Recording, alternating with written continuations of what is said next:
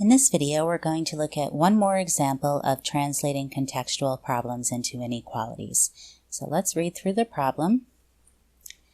The amount of time Ayana spent running is strictly between 43 and 67 minutes. And now I'm going to highlight the is strictly between in green because that is our connective. Okay, so notice this one is a little bit different. This is actually something we're going to call a double inequality. Okay, so first let's define our variable. And notice there's one variable here, and it's the amount of time Ayana spent running. So let's define that. I will define it as capital A, the amount of time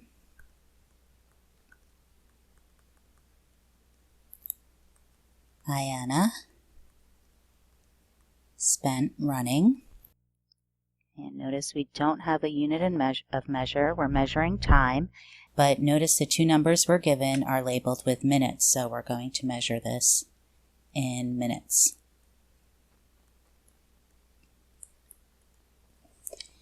Okay. Now let's talk about the words is strictly between. So first let's just talk about is between without the strictly. So there's a reason I have the strictly there, and we'll talk about it in just a second. But if I said I am, here's my house, here's my school, house, school. If I said I'm between home and school, say this is the road, you would think that I am somewhere in between. If I called you and said, where are you? Oh, I'm between home and school. You'd probably think I was on my way to school from home or vice versa. And typically the word between we think of in the middle, not including these endpoints. So it'd be kind of silly for me to say, I'm between home and school if I was actually at home. Okay.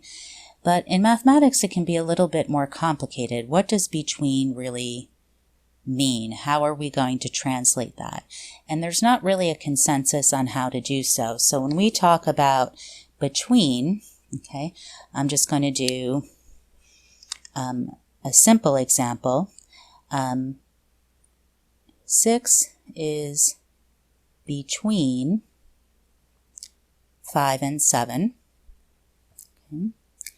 Well, that would mean, we're going to say that that means 5 is less than or equal to 6 is less than or equal to 7. Okay, so even though this between idea seems to mean that it doesn't include the endpoints, these two boundary values, we're going to say it does. And if we definitely do not want that to be the case, we're going to use the word strictly between. So remember, strictly, we said, means that it excludes the possibility of being equal to. So if I say 6 is strictly between 5 and 7, we will write 5 is less than 6 is less than 7, and we won't allow for inequalities. So I know these are numbers. Both of these are actually true. The equal signs aren't necessary because 6 is between 5 and 7 and doesn't equal them. But now that we're dealing with variables, it can be a little bit different, okay, or a little bit harder to decide. So when we say strictly between, we're going to say that that means that it's a strict inequality where it can't be equal to either of the endpoints. And now notice between, and you should see this coming from what I wrote here, means that we'll write this as two separate inequalities. Both of the following are true. Okay, the amount of time she spent running is greater than 43 minutes, and the amount of time she spent running is strictly less than 67 minutes. So both of these are true. Okay, but we want to make a single symbolic inequality statement. And we're going to use this structure down here. So we're going to actually put the A right in between. Okay. Notice that here I wrote A is greater than 43. Okay. 43 is less than 67 though. So I want to put 43 on the left And instead of writing A is greater than 43, I'm going to write 43 is less than A. And now I'm going to use this part, A is less than 67. So notice how this puts A between 43 and 67. And in this case, strictly between 43 and 67. Okay? And in general, if you have numbers more than 2 expressions, so here we have 3 expressions, all of your inequality symbols should be pointing in the same way. So notice, just like we did before, I could reverse this order and say 67 is greater than A, which is greater than 43. Okay? So notice all of my inequality symbols are going in the same order. Now I'm going to write something in red, which is wrong.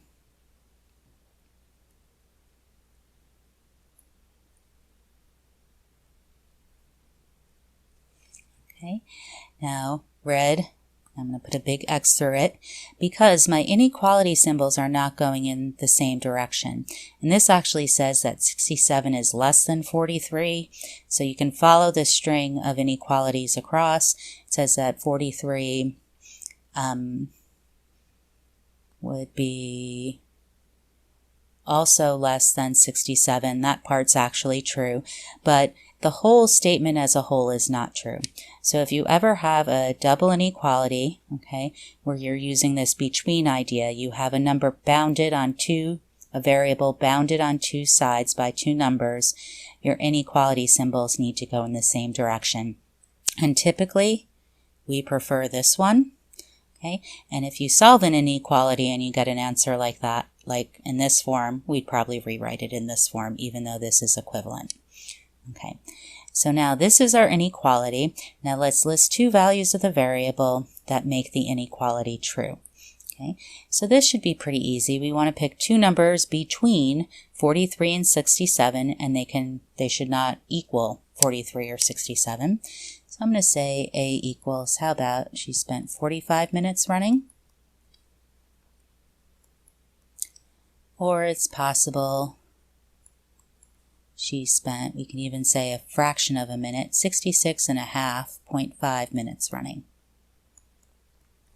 Okay, both of those values are between 43 and 67, strictly. Okay, 2 values that make the inequality false. Well, if she ran less than 43 minutes, so say 15 minutes, okay, 15 is less than 67, but 15 is not greater than 43. Okay. If we said something greater than 67, like 70 minutes, we'd have the other problem where 70 is greater than 43, but it is not less than 67.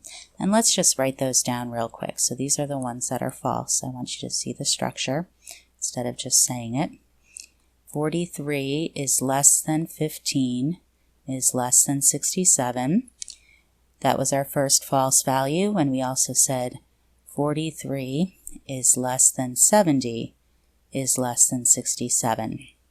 So notice part of these inequalities are true. Okay, 15 is less than 67, that's true, but 15 is not greater than 43. Okay, and the whole string of the inequality must be true, so that's why this is false. Okay, so here 43 is less than 70, this part is true, but 70 is not less than 67, so this part is false. That means the entire inequality is false. Okay, so that's our last example of contextual problems, writing them into inequalities, and now we're going to start building and construct inequalities with the purpose of solving them.